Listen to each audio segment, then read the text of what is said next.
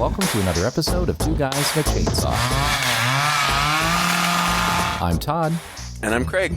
Well, we come to that time of year again where we've had another famous personality in the film world die. And this time it was the noted director Richard Donner. Died at the ripe old age of 91 this month. It's crazy if you look back over Richard Donner's filmography. Most of the big action blockbuster, I shouldn't say most, many of the big action blockbuster hits of the 80s and a little bit in the 90s that were so popular and iconic of the time were directed by him. He kicked it off with The Superman, and he was probably the first person to really treat the superhero genre seriously instead of making it campy. And I think that's what won everyone's heart over with the original Superman and Superman 2, which he did. But before he did Superman and Superman 2, just a year or two before, he did this film called The Omen in 1976. Actually, the first movie he did really out of TV. He spent most of his early career in television, did a ton of television, and then was offered the opportunity to direct The Omen and jumped at that chance to finally direct a feature film.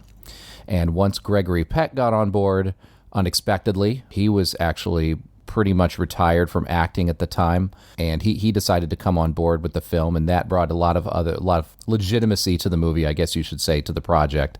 And so other actors came on board, and before you know it, we have a movie that, when it was released, came about at the right time.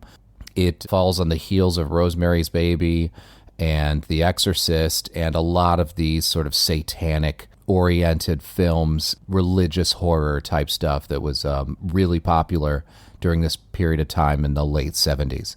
So, it became a blockbuster hit for him, boosted him into fame, and then he went on to direct, like I said, the Superman movies, the first two, the Lethal Weapon series, all of those. We did Scrooged earlier on here, which is one of our favorites. Almost everything that he's touched has turned to gold. Goonies, I forgot he directed Goonies. I always had it in my head that it was Christopher Columbus who directed it, but he just wrote it. And Stephen King produced it. But man, Richard Donner. Steven Spielberg. Yeah, Steven Spielberg, yeah. And then I went back and I looked and I saw that so many movies that we really like were almost directed by him. He turned down offers to direct other movies that went on to become big blockbusters. So a pretty interesting man, and we're really happy to honor him today by reviewing The Omen, certainly an iconic horror movie and a horror movie that would have been very important to him and his career. I had seen The Omen later in life, maybe about 6 or 7 years ago for the very first time. I just watched it during one of those months where I was challenging myself to watch a horror movie a day in October and write a little review up about it. So I remember watching it, writing a little review about it, and being a little disappointed in it at the time, thinking that it would be something a little more on the scale, The Exorcist, or something just super scary like that, because it's just been part of pop culture for my childhood anyway. Damien, Damien, the Antichrist, The Omen, oh my God. So I was kind of scared of this movie for a while, and then when I watched the movie, I thought, it's not as scary as I thought it would be. Revisiting it this time, I wondered if I would revise my judgment, and I guess as we go on and talk about it, we will see. Craig, how about you? What's your history with this movie? I don't know. I was always aware of it. The box art is imprinted in my mind with, the little boy casting the shadow of a upside down cross. Mm-hmm.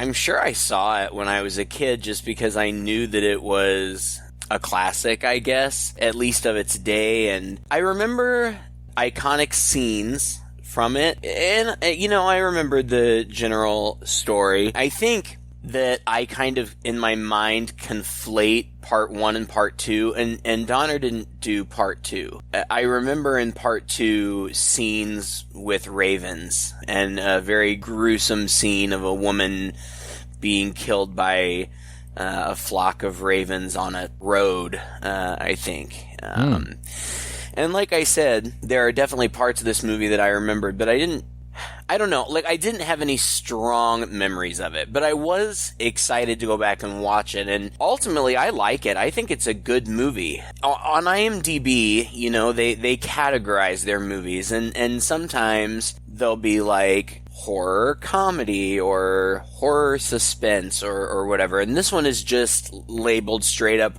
horror, which I find kind of interesting because though there definitely are horror elements, I mean, we're talking about Satanism and the Antichrist, it really feels more like a thriller or a family drama. Yeah. And there's nothing wrong with that. That's perfectly fine.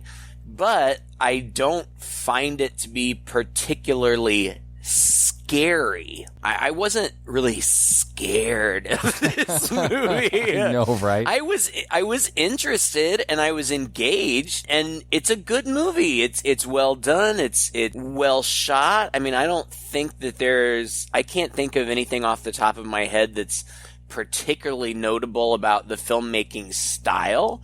It's very straightforward. There's not a whole lot of really super stylistic stuff going on. Not too much, but there's a little bit of stuff in there. Yeah, a little bit. A little bit. And there are some deaths that are, if not shocking, at the very least interesting and creative, and I liked the way that many of these deaths were foreshadowed. There was some kind of unexpected stuff. I feel like I'm talking it down, and I don't mean to, because I really do like it. It just doesn't... It's not a lot like most of the movies that we do. Yeah. It's not a slasher. It's not crazy supernatural. In fact, that's kind of one of the things that I appreciate about it. Richard Donner, one of his rules for the movie was that he didn't want there to be anything that was overtly supernatural. He didn't want anything to happen that couldn't potentially happen in real life. And so I guess in some iteration of the script, there were mentions of, you know, supernatural witch covens and like hooved demons and stuff, and he didn't want that. He wanted there to maybe even be the suggestion that our main character, Robert Thorn, played by Gregory Peck, maybe he's just kind of losing it a little bit because of the drama that it's causing his family. And I actually think that was a really smart approach. Now, that said, everything that happens in the movie could happen in real life, but it would be awfully coincidental that all this crazy stuff pretty is ridiculous happening. Yeah. Series of coincidences, yeah. But, you know, this is how the devil would work in real life, you know.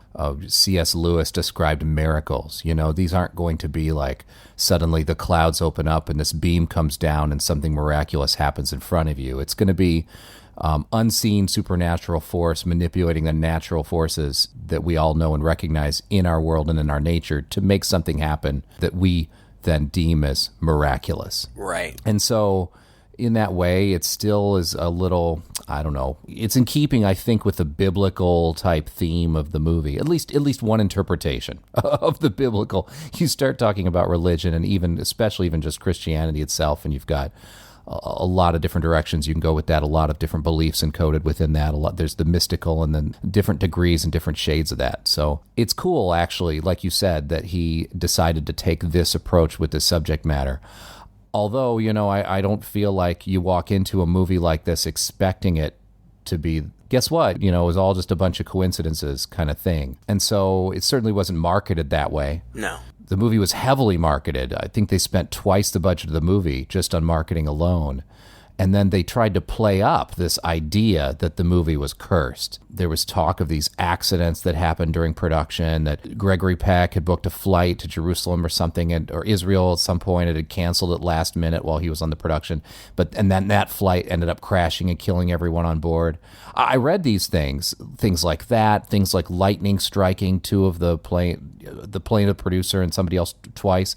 However, if you kind of dig a little deeper, you realize that very little, if any of this, has actually been verified. Right. And it seems like a lot of these little things were just played up by Donner and the producers and Selznick, the writer, just to create some press. You can read all about that stuff, and it's some interesting stuff if all of it's true, if any of it's true. But right, like you said, weird stuff with lightning striking planes, plane crashes, accidents on set. There's a scene that takes place in an animal sanctuary, and supposedly on that day, one of the employees at the animal sanctuary was killed by the animals. And but like you said, so much of it is unsubstantiated, so you kind of have to take it with a grain of salt. I don't know. I mean, if it is true, those are very strange coincidences, and it makes for a good story. Yeah. And it worked. You know, there was a lot of buzz about this movie, and you mentioned that it came after Rosemary's Baby and The Exorcist, and it's very much in the vein of those movies, but this was kind of the last one. As then we moved more into the 80s, the genre leaned heavily into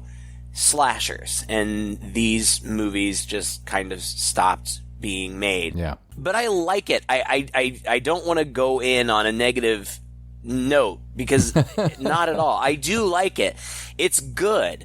And Gregory Peck, like you said, lent a lot of legitimacy to this movie, and I don't think that this movie would be as renowned or simply even as well known if he hadn't signed on to do it. And Gregory Peck is one of, if not my favorite actors from that era. I think that Gregory Peck is an incredible actor. He's a little bit older here, but I think he puts in a great performance. I thought it was funny to read, you know, they say don't meet your heroes. I read that Donner had to do a lot of reshoots, especially in close-ups, because Gregory Peck had a thing about not wanting to be seen with double chins. Like, really? Like, dude, you're old. It happens to the best of us. And if you don't want to be, you know, seen with double chins, maybe talk to your costumer about not putting you in turtlenecks all the time. You can't tuck that shit into a turtleneck. It just doesn't work that way. But he's good, and I think the performances are good. There is definitely some spooky stuff going on. I've mentioned before, I don't consider myself deeply religious, but I do identify as a Christian, and the idea of an Antichrist is something that is not out of the realm of possibilities for me. And so it's frightening. And I do like the family drama. You know, this all really hinges on a very early scene. The very first scene we see is in Rome, and Robert Thorn, Gregory Peck, is on his way to the hospital, but he's already been informed that his wife has delivered a baby, but that it had died, that it had only taken a couple breaths and that it died, which obviously is a tragedy for any family. And when he arrives there, I guess it's a Catholic hospital, and the priest who talks to him says, look, the baby died, but another baby was born at the exact same time, and its mother died, and there's no other family. We should just tell your wife that that's her baby and spare her the loss. Thorn is reluctant at first, but eventually that's what he does. And so it all kind of hinges on this lie. You know, the wife, Katherine, believes that this is her child. And they move to London. Thorn is immediately appointed the American ambassador to Great Britain. He has aspirations to be president.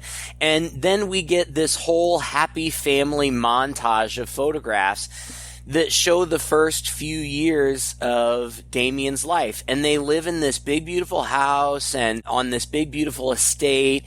And everything seems great. Yeah. Like they are just happy, happy, happy. But then when Damien gets a little bit older, these strange things start happening.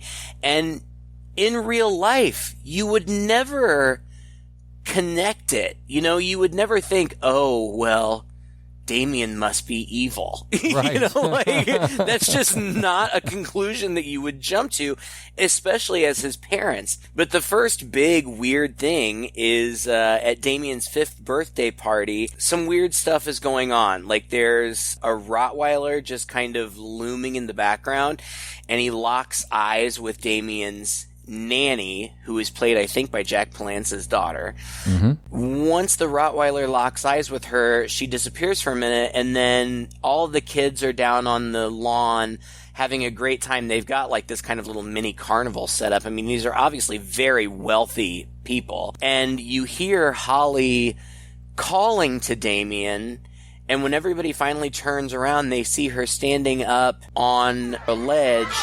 Damien, I love you! Look at me, Damien. It's all for you.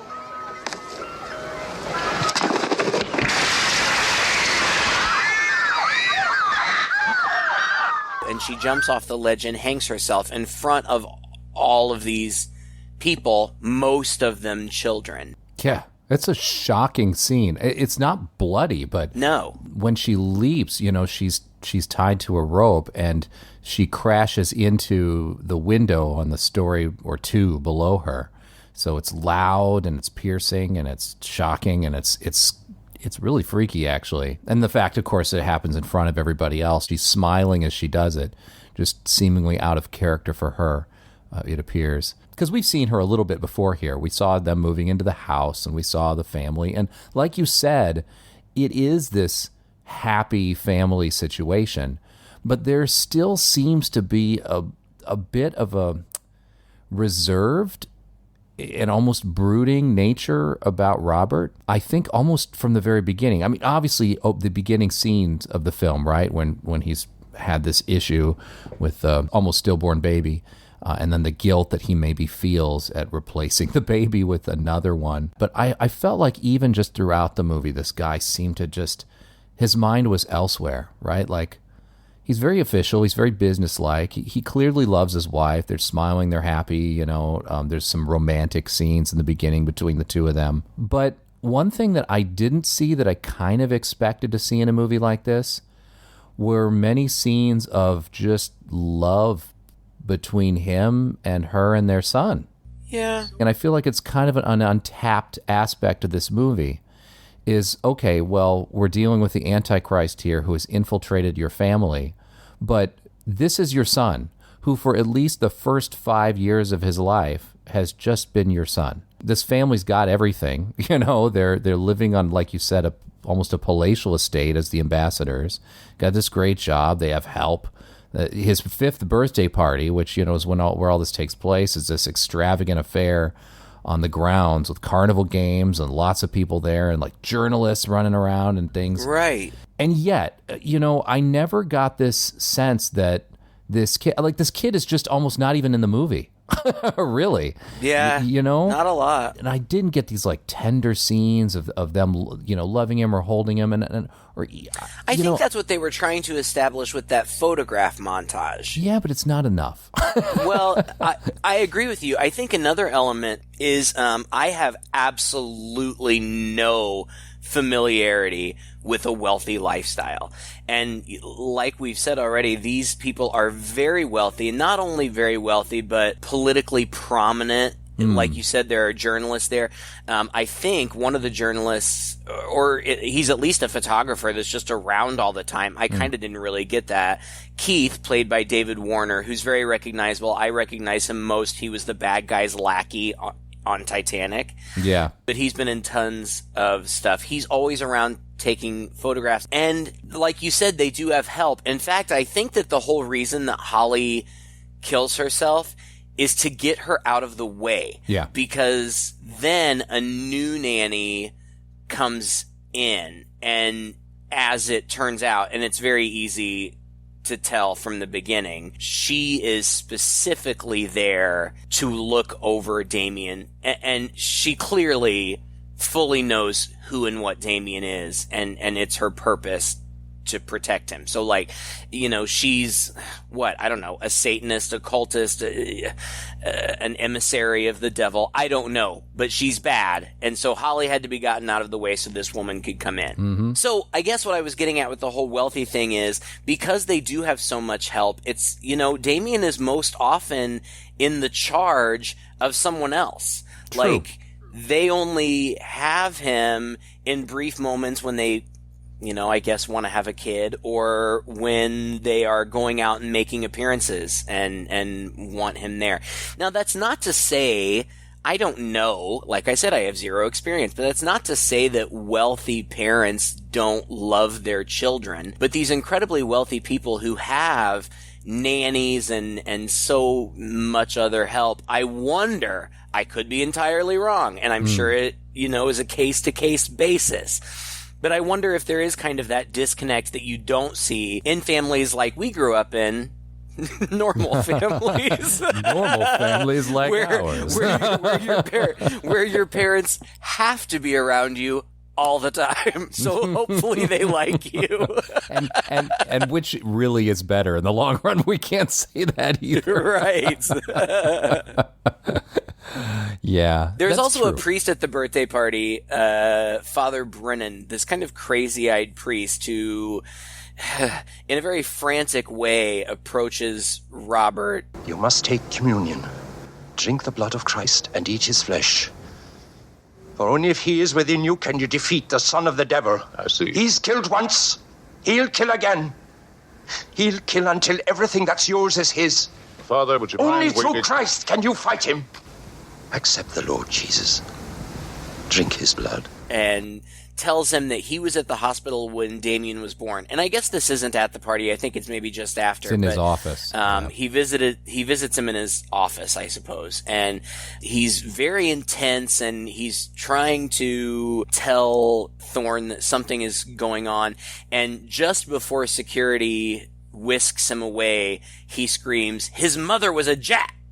And then he gets taken away, gets escorted out. Yeah. And there's all the weird things going on. Like, Keith, the photographer, develops his pictures, and all of the pictures with Father Brennan have this weird, he thinks that it's an imperfection in the film or in the development process. But in every image of him, there's a line going through him, like through the top of his torso. Like a black line, yeah. Which becomes, important later. So throughout, there's this weird, suspicious stuff going on. And as a viewer, I'm curious. I don't know. I don't...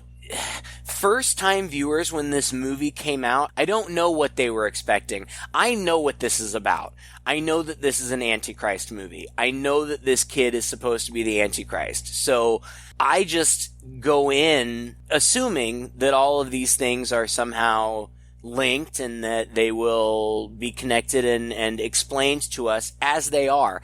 I don't know how, a first-time viewer without that kind of expectation would take it. But it's dramatic. Well, I think the thing that kind of puts it over the edge as far as that goes, and I read that there was actually quite a bit of discussion about the Mrs. Baylock character, played by Billy Whitelaw.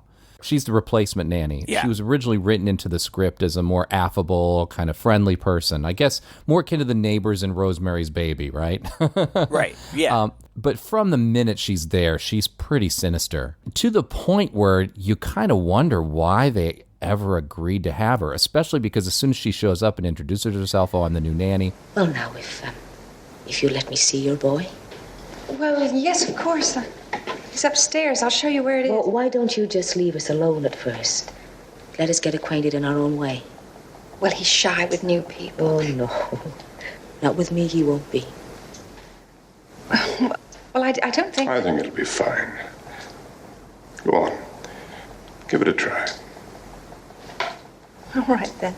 Leave me alone with your child, this woman that just walked in. Yeah. And they send her up. And, it's one of those classic moments. Where did you find this gal? find her? I thought you're the one who found her, And then they go upstairs and they're like, where the hell did you come from anyway? She's like, oh, like the agency sent me. And they found out that the nanny had died and wanted to send a replacement. And here's my references and all that. Just like, oh, okay, thank you very much. And then that's that. But this woman is just creepy. She's doing things that they don't want. She brings this dog into the house, this Rottweiler. Yeah, and he expressly tells her to get rid of it. And, like, she's brazen. Like, oh, yeah. When she brings in the dog, Thorn is like, where did this dog come from? And she's like, well, it was wandering on the lawn, so I brought it in. I thought we could use a watchdog. And he's like, look, if I want a dog, I'll get a dog myself. Get right. rid of it. And she's like, well, but Damien's really attached. And he's like, no, get rid of it. And then she still doesn't. Like, yeah. And the same thing. There's a scene where the Thorns are dressed to the nines. You don't know where they're going at first, but they're very dressed up. The mom, Katherine, is calling for Damien, and Mrs. Baylock comes to the stairway, and the mom's like, is he ready to go? And Mrs. Baylock's like, you know what? I think he's too young to go to church. He wants to go to the park instead. And she's like, no, he's going to church with us. And Mrs. Baylock's like, well, I don't really think he would understand. Like, why are you letting this woman talk to you like that? Yeah, like, exactly. You are super rich and you are her boss. Fire her. Exactly. And when they do go to the church, of course, Damien, as they get closer and closer, Damien starts to get more and more upset. It's like he sees Jesus up there's like a statue of Jesus up where the cross would be or whatever, and he gets more and more agitated. And by the time they pull up, he's frantic. He's clawing at his mom and all that, and won't get out of the car. And so they end up leaving. It was a wedding they were going to, and they end up leaving. But like at that point, come on, and I think this is what Richard Donner and the producers had some discussions about, was, do we leave her in because she's clearly so sinister that it kind of throws that whole could this or could this not be a coincidence thing off the line. But he was just in love with her performance, and it is a great performance. It is. It is really good. Yeah, he left it in there. So well, and I thought you were going to say, like, when they pull up to the church and Damien starts freaking out, and you said too. At this point, oh, come on. Like, I can see how, as an audience member, you would be like, well, obviously there's something off with this kid. Like, why is he, he's been totally docile and fine throughout the whole movie, and now all of a sudden you pull him up in front of a church and he, like, goes feral and is, clawing at his mom, blah, blah, blah. Yeah. But you're a dad. Yeah. These things happen. Kids freak out sometimes for no good reason. They just freak out. All during the day, especially this freaking age, right? He's 5. I mean, mine's 4, and already it's like, just, you never know how the day's going to go, and you don't know what's going to set him off. And sometimes you don't even know what did set him off. He's just in a bad mood all of a sudden, and it's maddening. I mean, that would be an awful lot of coincidences, right? I loved it when they went to the animal safari park, which was interesting. I've been to one of these. We have one here in Beijing. It was a big, fun experience. I think I might have talked about it on here once before, but you can drive through in your own car through some of the animal habitats where they're roaming free. But you're not supposed to roll your windows down or get out of the car or hit them. Right. Because they're wild animals. Honestly, you're given a lot of freedom to, like, be good going through these animal parks. It's kind of weird we have this. But yeah, they're driving through the animal park, and they get through the monkey section. And, well, at first when they arrive, Damien kind of walks up to a bunch of giraffes, which all turn tail and run. And Mom is like, that's odd. Well, let's go over and look at the elephants, And they get in the car, and they drive through this, and they get to the section where the monkeys are, baboons or whatever they are. They're all kind of visibly freaked out, and then they all start to surround the car and jump on the car and kind of attack the car. Which is horrifying. Oh, yeah. Like, because baboons can be very violent and very dangerous. And I guess the way that they accomplished this was they drove through, and there was somebody sitting in the back. And at first, they took a baby baboon, thinking that the baboons would be curious and protective and try to get the baby. Well, the baboons didn't react at all. They don't give a shit about their kids, do they? Yeah. Screw the baby. Who cares? Whatever. We'll make more.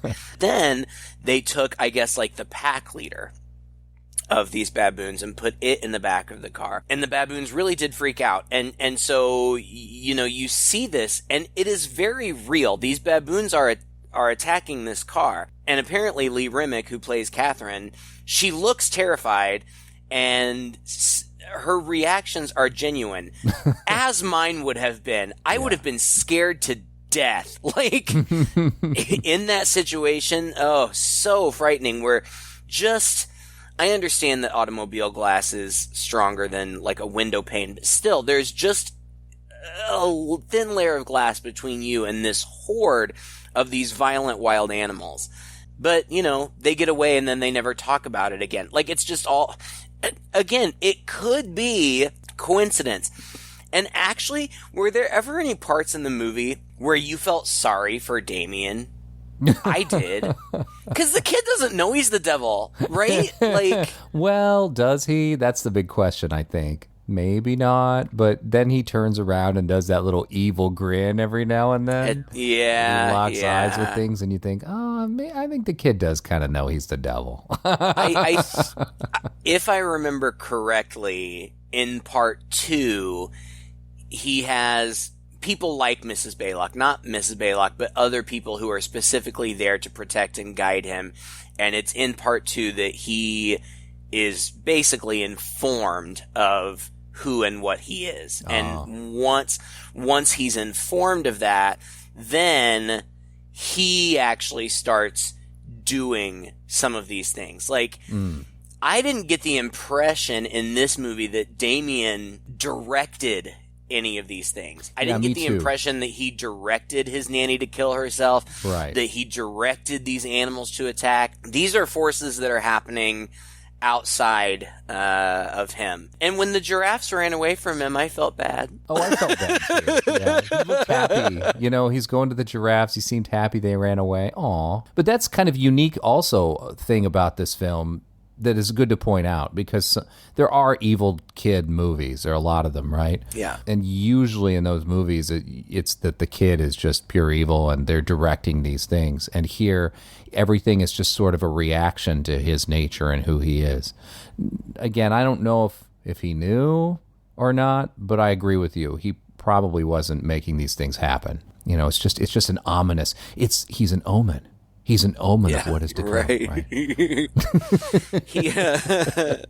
At this point, and I think that this is intentional, I really started to feel for Katherine, because after this baboon attack, she is shook. Like, she's feeling weird. She tells her husband that she thinks that she needs to see a psychiatrist. She's having all of these bad thoughts. Eventually, some other stuff happens, but eventually she does go to a psychiatrist, and the husband meets with the psychiatrist, which is so quaint and from a different time. Like, the psychiatrist has to, like, brief the husband. Oh, yeah, your wife tells him everything about it, breaches all kinds of privacy, and and it's your typical psychiatrist explains everything that's going on scene that you used to get in movies.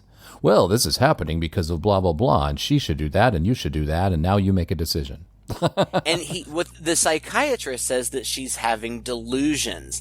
She's having delusions that Damien wants to kill her and that she's not really Damien's mother. Well, of course, Robert knows that part of it is true. Mm-hmm. She's not his mother. And so then he's kind of freaked out too.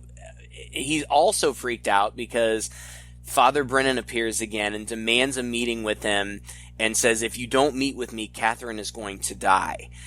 So he does meet with him in the park, and then Father Brennan quotes Revelations with this poem, which if you have studied the Bible at all, you would know right away that this isn't from the Bible. The Bible isn't, most of it is not written in verse like this. Like, it's right. Literally a poem. When the Jews return to Zion, and a comet rips the sky, and the Holy Roman Empire rises, then you and I must die.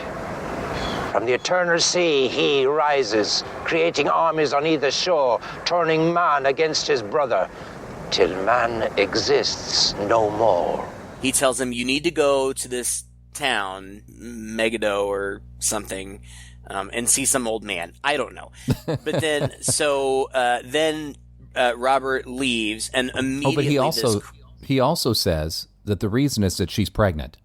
Oh, right. I forgot about that. He tells him she's pregnant, and he's like, what the hell are you talking about? How would you even know that? And, she's not. That's pretty important. How would he even know that? Yeah, exactly. This guy has no tact. Like, this guy's just nuts, right? Like, I wouldn't listen to a thing this guy was saying either. His approach is all wrong. He comes across as the crazy man.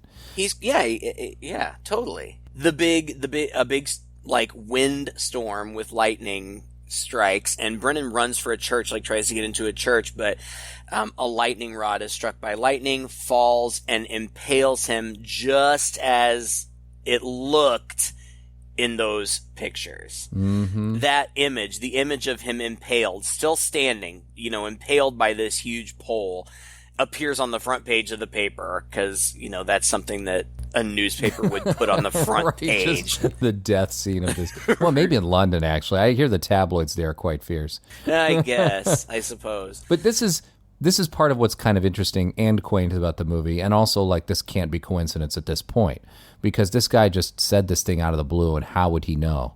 But then when he has this encounter with the wife and she says she doesn't want to have any more kids, he says, that's fine. Yes. And she says, so then you'll agree to an abortion. And he's like, what? She said, yeah, I just found out this morning that I'm pregnant and I don't want to have the baby. And he's like, oh my God, So at that point, come on, this would be way too coincidental. And this is when he starts to really take this seriously. And then the psychiatrist explains everything scene. Another thing that makes it so quaint is that the psychiatrist brings this up. He says, yeah, she's pregnant and all that, and she wants to have the abortion. And he says, well, she should. Because if she has the baby, it's going to, affect her psyche in a terrible way or something like that. And Robert says, no, I'm definitely not going to do it now because it was foretold that this baby would not live. And so I'm going to make sure that this baby lived. I feel like at this point, if not but well before this, the whole movie's really about Robert. Yeah. It all revolves around him. It all concentrates on him. It follows his train of thought and his sort of conversion from just all this doubt to starting to believe something's up, and then his investigation of what to do. And again, also at this point, we've got one more thing coming up, one more big scene. But after that, it's all just like investigation, and we sort of leave the family, and we leave the city, and we leave Damien, and we don't see Damien again for a while. At that point, it kind of loses some steam, I think, or some tension. Arguably. On the other hand, I feel like they do move through that stuff pretty quickly, which I appreciate, because you're right. It is a lot of, let's fly to this city and talk to this person, and let's fly to this place and look at the cemetery, and blah, blah, blah. But, I mean, it goes by pretty fast. But before that, when Robert says that he will fight for that baby, I feel like the very next scene, Damien's riding around on his tricycle in his room, and Mrs. Baylock is watching him. Meanwhile, Katherine is cleaning, I guess, or checking on plants or something, on a landing on the second floor, and it's a landing that overlooks the first floor. And she has to get at something up high, a plant or a chandelier or something, and so she moves an end table and stands on it, which was stupid in the first place. So yeah. First of all, this woman's got other people to do this for her. First of all, we know that. Second of all, why would you do this? Yeah. but Mrs. Baylock she ominously opens the door, and Damien goes flying out on his tricycle. And again, to be fair, he's furiously pedaling, and he's not even really looking where he's going. So I didn't get the impression that he did this on purpose, but he hits the table that his mother is standing on, and she falls over the ledge and lands on what was almost certainly like a marble floor, and very easily could have been killed. She's not, but she's terribly injured, and she loses the baby. So, that warning that the baby would die comes to pass. Yeah. Because of, Damien and Mrs. Baylock, I guess. And that scene where she falls, I found this story really interesting. The woman who plays Katherine, Lee Remick, refused to do the stunt. And that was largely in part because of The Exorcist and the fact that Ellen Burstyn and Linda Blair were both severely injured in the making of that movie doing their own stunts, largely because William Friedkin, the director, was kind of a crazy person and really didn't take their safety into consideration. But they both suffered injuries that stayed with them for the rest of their lives. So Lee Remick didn't want to do this stunt. So the trip over the balcony looked to me like a double. And then they set up a shot where it looks like the camera is following her falling onto the ground. But really what they did is they recreated the floor on a vertical plane and then just dollied her up to it. And if you know that, watching it, you can tell. Yeah. But if you don't know it, it almost looks more like a trick of timing, like they just maybe slowed the film down a little bit as she was falling. I actually really like that scene. Oh, it's fantastic. Well, and I love the cinematography of this, and I also like how the first thing to land is the fishbowl, which shatters and leaves the fish out there. And oh gosh, there's just so many cool artistic things you can do that make something seem more violent and horrible without showing it. But there's something about that fishbowl shattering, the water spraying out and those fish lying there just before she follows it. It's just a real audio and visceral and visual kind of representation of a body splattering. It's quite beautiful and shocking and spooky. And the movie's great at that. I mean, there's one scene in here that's a bit gory, but other than that, the deaths that happen, there's not really any blood. Very little. Yeah. There's a little bit of blood, like on Katherine's shirt here, and I feel like maybe a few drops of blood come out of her mouth. Come out of her mouth, yeah. There's very, very little blood at all in the whole movie. When Robert visits her in the hospital, I think all she can say to him is, "Don't let him kill me." She believes that Damien is trying to kill her, which, whether he consciously is or not, it's clear that her life very much is in danger. Mm-hmm. And then the photographer Keith calls Rob and brings him over to his studio, where he shows him the photographs of Brennan with the pole through him, but also he had caught a picture of the nanny before she had been killed, and there's a suggestion of a rope around her neck. Robert's like, "Oh, okay, well, I'm gonna go investigate this or whatever," and Keith's like, "I'm coming too," and Robert's like, "Well, this doesn't have anything to do with you," and Keith says, "Yeah, it does," and he shows him a picture of himself. He caught, by accident, a photograph of himself in a mirror, and there's something going through him. Mm-hmm. So, like you said, they go on this little investigative journey. They visit the hospital where Damien was born, but the original structure burned down 5 years ago, right after Damien was born, and it's been replaced with a new building, but all of the records have been destroyed. The only remaining link is the head priest survived the fire. He was severely injured, but he survived the fire. He's now in a monastery. Yeah. So then they have to go to the monastery. Before we leave the hospital, they have this conversation with this nun/nurse or whatever in this thing. And while they're in the hallway talking to her, there's this thing like constantly moving up and down behind her in the wall. Yeah. Looked like a dumbwaiter or something. I'm like, what in the hell is that? They finish talking to her and she's like, okay, well, I'll see you later. She turns around and backs into this thing and it lifts her up. And I was like, I know. What in the hell is that? And so I looked it up, and this is a real thing. This is called have you heard of this? No, but it was really cool. It is a continuously running elevator. It looks like one of the most dangerous things in the world. Yes. It's called a Patternoster lift, and apparently they stopped constructing new ones like in the mid-'70s out of concern for people's safety. Very good, but it's just like a lift on chain, like a big loop, with just a whole bunch of elevator cars that are constantly coming down on one end, and then, next to it, that side's going up.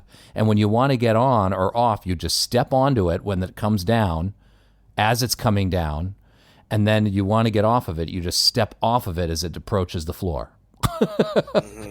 Crazy. It was very cool, but it did look very dangerous. Oh, my word. Way too cool. Look it up. I went down some serious rabbit holes on YouTube and Wikipedia on this Patternoster lift. I'm not going to lie. Just from this scene in this movie. Crazy. Before they visit the priest, they sit down and have a discussion, and they talk about the prophecy that Brennan had read supposedly from the book of Revelations, even though it's not really. As it turns out, all of these things that it has something to do with Israel and a comet, and everything has happened. And it says when these things happen, the devil will rise out of the eternal sea. And they can't figure out what the eternal sea means, but Keith finally figures out that, I guess, biblical scholars have said that the eternal sea is the world of politics because it's constantly turbulent and whatever. So the son of the devil will rise out of the world of politics, which fits perfectly because, Thorn is high level politics. He has government aspirations to be president. So it all lines up. They go to the monastery. The priest is there. He's badly burned, but he's able to write that the child's mother is in Servete or something, which is a cemetery.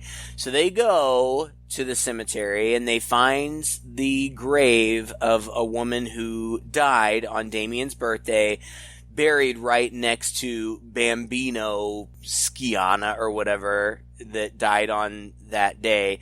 And when they open the quote-unquote mother's grave, it's an animal. It's a jackal. I don't know if you could tell that just by seeing the skeleton, but that's what it's supposed to be. And then they also open the baby's grave because Robert says, if it's empty, that may mean that my child is still out there somewhere. But when they open it, there is the skeleton of a baby in there, but its skull has been crushed. So they come to understand that the Thorn's baby hadn't died. It had been killed. This had been, part of the plan to get Damien into their care. Their baby had been killed. They're attacked by Rottweilers, but they get away. Robert calls Kathy and tells her to leave London right away. And so she starts getting ready, but as she's getting ready, Baylock appears right behind her and pushes her out of the hospital window, and she's, I don't know, probably 8 stories in the air. And so she's dead, which, God, poor lady, she didn't do anything. I know. No, I feel horrible about that. And the next scene is Robert getting the call. And this is a one-shot take on him, and it's long and it's painful. Yeah. His acting's incredible.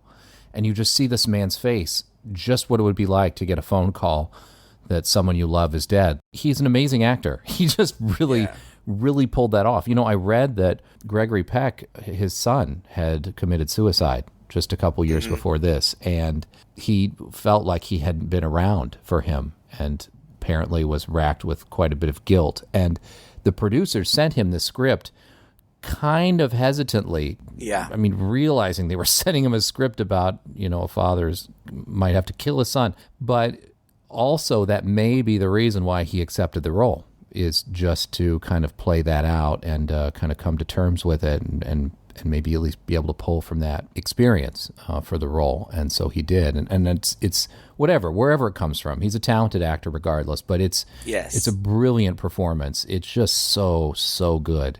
And I saw that this script was offered to Dick Van Dyke and... Yeah, who regretted turning it down. Can you imagine Dick Van Dyke? My God, no. I mean, how interesting that would have been. I've never seen him in a serious role like this, but no. Who knows? He's a very talented actor, He too. is. Maybe it could have been great. Anyway, yeah. So that was incredible. And then I think I was reading in the trivia that he had a disagreement with Richard Donner, that during this, he wanted to throw things around the room and kind of go nuts. Right. When he got the call. And Richard Donner's like, no, I want you to do it this way. And he says, no, you're wrong. Well, finally, when he got the dailies and they both sat down and looked at him, Gregory Peck conceded That no, actually, you were right. This was exactly the way to do the scene. And it's followed by another wonderful scene where he's just laying down on the bed and he's just staring off into space, and the camera is just slowly, very slowly dialing in on him. Again, one shot, and the photographer at some point comes and sits down next to the bed, kind of in the background, and he's chatting with him about the prophecy and all that. Robert just says, Kathy is dead. I want Damien to die, too. My God. I know that's crazy. Like, he's losing everything and realizing it, and you see it. With the loss, there's also anger. Like, he's clearly embraced that Damien is the cause of this, and at this point, it's about not revenge necessarily, but justice, maybe, I don't know. But he wants Damien dead. So they go to Megiddo and visit with a priest who gives Robert these 7 special daggers, and he instructs him, like, you have to kill him with you have to stab him with this one first, and that will take his human life, but then you have to stab him with all these others in this particular way to, like, destroy his spirit. On an altar in a church. Yeah, it's got to be on hallowed ground. And they leave, and then all of a sudden Robert has a crisis of conscience. He says, I can't do this. I can't kill him. And he throws the daggers, and Keith says, well, if you aren't going to do it, I'll do it. And he goes and he grabs the daggers, and as he's bending over to pick them up, as he's standing back up, this truck carrying enormous plates of glass backs up and, like, hits something, and the plate of glass shoots out and decapitates Keith, and his head goes flying for a while. Yeah, for a while. Yeah, but still no blood. No. You know, like, it's just a severed a head. Like, no blood. And David Warner kept that head forever, and then lost it in his divorce, which I think is so funny. It's apropos, right? His wife got possession of it. Oh gosh, that's so funny. I also read that the way that Donner had that edited was purposely so that when people close their eyes, so they wouldn't have to see the decapitation, but by the time they opened them again, the head would still be flying through the air. Yeah. It's cool. It's slow-mo. It's cool, yeah. It's cool. I enjoyed it. So Robert flies home, gets back to his house. He traps the Rottweiler in the basement. He looks for the 666, the mark of the beast. It symbolizes the unholy trinity of the devil, the Antichrist, and the false prophet. He's attacked by Baylock, and they fight for a while, but he ends up killing her pretty brutally. And he takes Damien. And he throws Damien in the car and speeds off. And the police are immediately in pursuit. I guess because he is, an ambassador. He's an important, maybe there's security around all the time. And when they see him speeding away, they think something must be going on. So they're in immediate pursuit. He takes Damien to a church and takes him up to the altar and goes to kill him, lifts up the first dagger. And this moment goes by really fast, but I felt like it was very kind of poignant too, where Damien begs for his life and calls him daddy, like, daddy, please don't. Like, I can understand why that would cause Robert to hesitate. But he's going to do it anyway, but before he can do it, he's shot by police and killed. And the next thing we see is the funeral, and it's suggested that Damien is going to be adopted by the United States president. and they're standing there, all the president, the first lady, and Damien are all standing there looking at the grave with their back to the camera. And then Damien turns around, looks directly into camera, and smiles.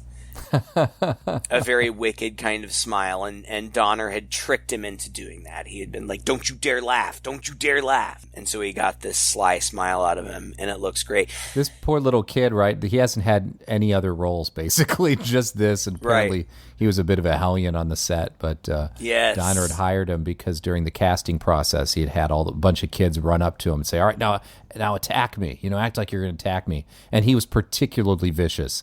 And so he was like, dye his hair black and put some black contact lenses in his eyes to make him more sinister, and he's going to be the guy. And like you said, he's not in it very much. He maybe has 2 or 3 lines. Like, he barely talks. He just kind of sits in the background most of the time. Yeah. But he's creepy, you know, and good.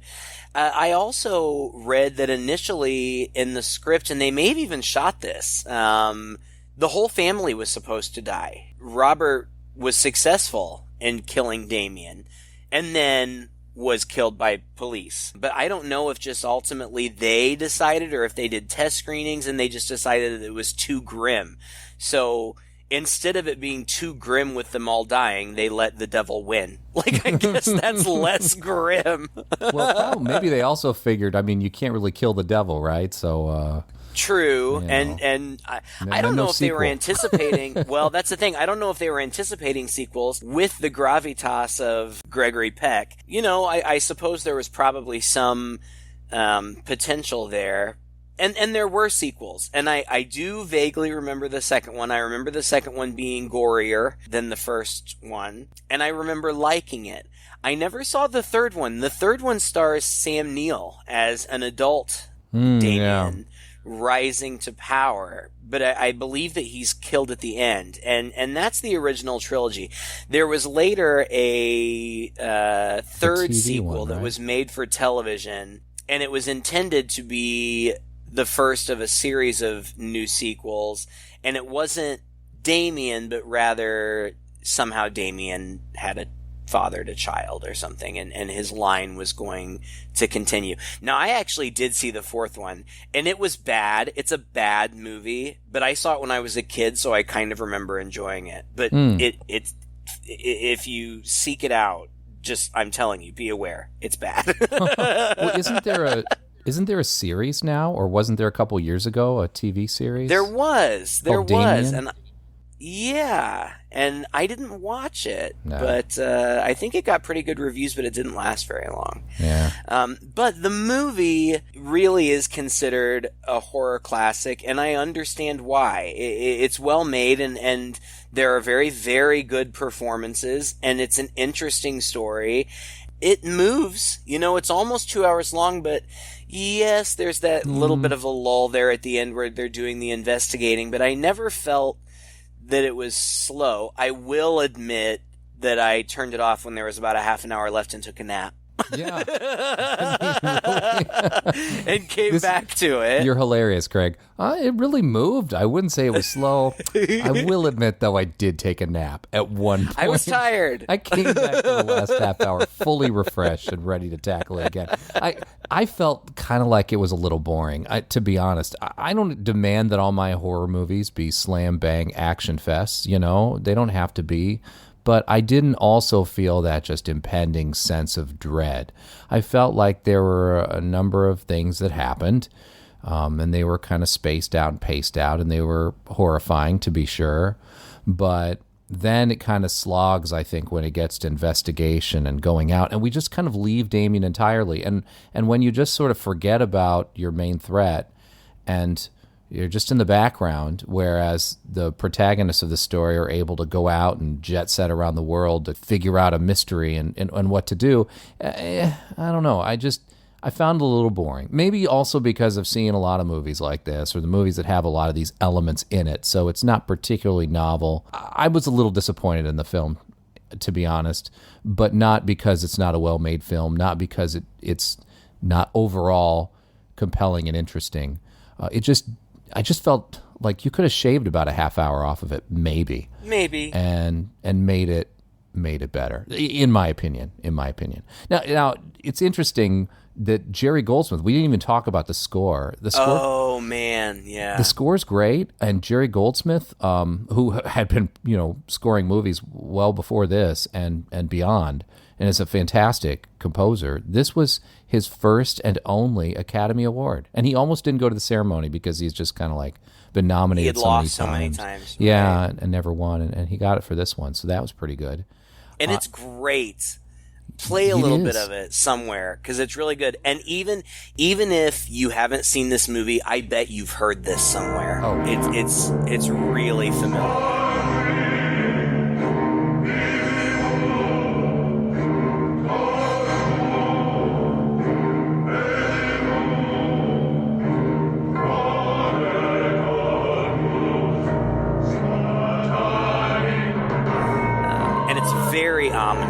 they went way over budget to get him because I don't know if it was Donner or the producers or who, they really felt that they needed to establish the tone and atmosphere, and they really thought they could do it with his score. And they were right.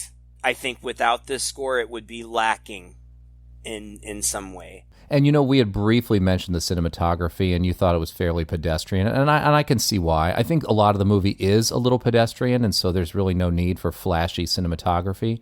But I think in those moments, like with the horrifying things that do happen, or the moments where things are just a little more tense and suspenseful, actually, I think the cinematography gets pretty brilliant. I'm thinking about when he comes back to the house, and he's looking for Damien, and he's about to kill him, and he has to face off with the dog and the woman and everything. And I thought that was particularly well shot with some great camera angles. Donner had talked cinematographer Gilbert Taylor out of retirement to do this movie. Gilbert Taylor in this had a long history of 100 plus movies before this. And of course the movie was a big hit, and Taylor went on to be the cinematographer for Star Wars, the first Star Wars, the year after this. So that turned out to be a pretty smart move. And then he continued on for a few more. I found it interesting that Richard Donner, I guess it just hadn't occurred to me, but a lot of the movies that he did were with Mel Gibson. Mm-hmm. Maverick, which, gosh, I love that movie. Of course, he started working with him on Lethal Weapon. I was kind of surprised. And Mel Gibson had some very nice things to say about him. Called him Uncle Donnie or something like that. And said that he was just a wonderful guy who, when he directed a movie, he wasn't this hard-ass guy who just demanded everything be done his way, but he would say, okay, let's try it your way and see what happens. Always kind of imagining that maybe the actor could bring something to the table he wasn't expecting, and gave them the freedom to do that. He seemed cool. He seemed like a cool guy. This one, even though, he lived a nice, long life. Yeah. So people die. It happens. But this one hit kind of hard because, some of his movies, particularly The Goonies and Scrooged, are two of my favorite movies, period. And they're such a touchstone of my childhood. I was really sad. And Donner just seemed like a cool guy. I've seen a lot of behind-the-scenes stuff about the Goonies, and seen a lot of photographs and video, and it really seemed like those kids loved him. It's like a father to them or something, yeah? Yeah, yeah. And it just seemed like it was, an amazing experience for them. He also, another thing I like about Donner is he cameoed in a lot of his own movies, and he cameoed in other horror movies. We've seen him cameo. We've made note of his cameos in some of the horror movies that we've done. So he just seemed... from an outsider's perspective, who knows? I didn't know the man, but from an outsider's perspective, he just seemed like a cool guy. Yeah. And, he had been in kind of failing health, but... 91. And he hadn't done anything for a while, but as recently as last year, he had, spoken publicly about his desire to direct a fifth Lethal Weapon. He wasn't ready to stop, but...